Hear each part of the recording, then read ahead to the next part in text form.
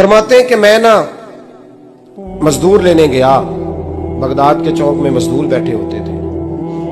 तो मेरी उन मजदूरों में से ना एक नौजवान बच्चे पे नजर पड़ी। बड़ा कमजोर सा वजूद था, लेकिन चेहरे पर इबादत का निशान था। माथा बताता था कि नमाज का बड़ा ख्याल रखता है। मैं उसके करीब गया।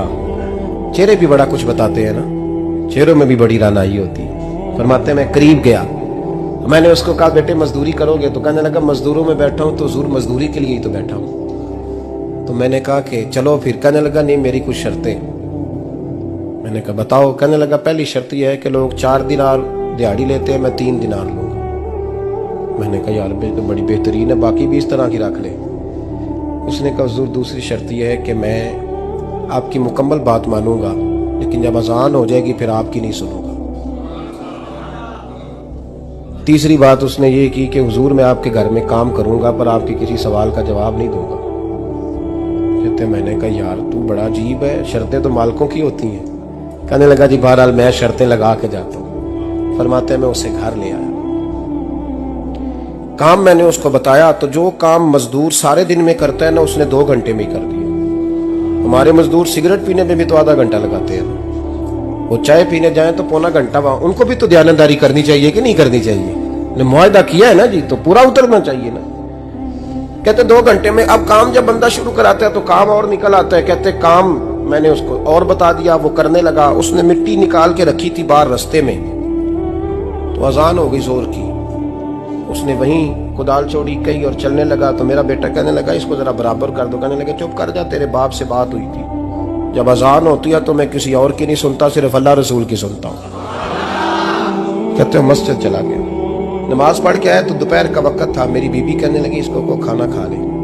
कहते हमने कहा खाना खा लो। तो कहने लगा मैंने रोजा रखा, रमजान भी नहीं था, नफली रोजा रखा हुआ।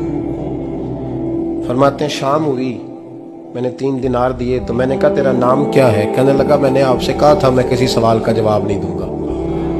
तो वो चला गया। अगले दिन मैं फिर लेने गया उसे, काम कुछ और निकल आए। तो लोगों ने बताया वो सिर्फ हफ्ते वाले दिन आता है।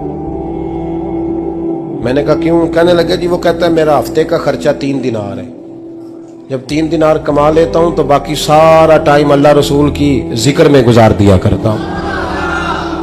फरमाते हैं जी अगले हफ्ते मैं फिर लेने गया। मैंने पूरा हफ्ता इंतजार किया कि काम उसी से कराना है। मैं जब गया तो मैंने कहा चलो। कहने लगा मेरी शर्तें याद है ना? और मैंने कहा याद है भाई, साथ चल। फरमाते हैं काम कराया। 2-3 हफ्ते वो आता रहा। एक हफ्ते में गया तो लोगों ने कहा हुजूर आज नहीं आया। क्यों? कहने लगे बीमार हो गए। कहाँ घर है? कहने लगे बगदाद के कब्रिस्तान के पीछे जो कच्ची आबादी है उसमें रहता है। फरमाते मैं गया, दरवाजे पे दस्तक दी तो कहने लगा हुजूर आप हैं? दरवाजा खुला है, आ जाइए। फरमाते मैं अंदर गया तो मैंने कहा तुम्हें कैसे पता चला मैं आया हूँ? कहने लगा हुजूर अल्लाह वाले हो, आप नहीं आना था, वरना अमीर तो गरीबों का पता लेने कोई नहीं आते। कहते मैं करीब गया तो कहने लगा मैं आपका इंतजार कर रहा था, तेज बुखार है, तप रहा। जेब से कुछ पैसे निकाले। कहने लगा ये पैसे रखने। एक अंगूठी निकाली। कहने लगा हुजूर आज रात को मेरा इंतकाल हो जाएगा, इन पैसों का कफन खरीद के सुबह जनाजा पढ़ के मुझे दफन कर देना, और जब दफन करो तो ये अंगूठी लेके असर के बाद हारून रशीद के पास जाना। आप उसे कहना मैंने मिलना है पर वो आपको टाइम नहीं देगा।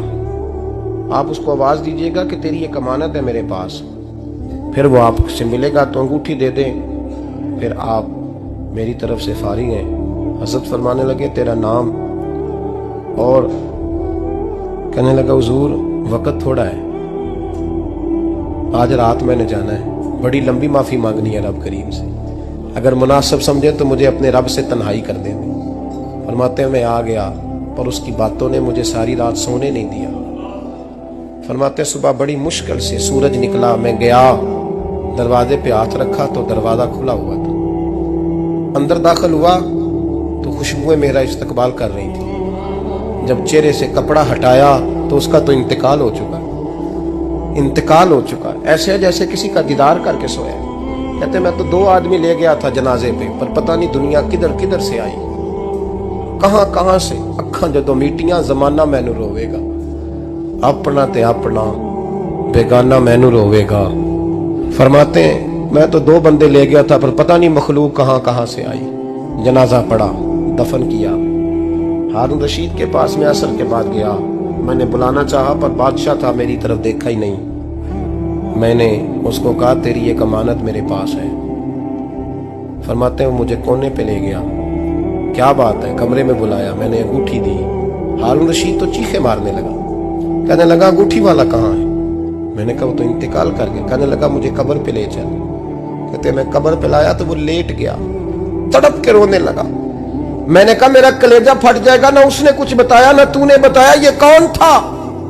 तो हारून रशीद कहने लगा ये मेरा बेटा था। मैंने कहा तेरा बेटा और मजदूर?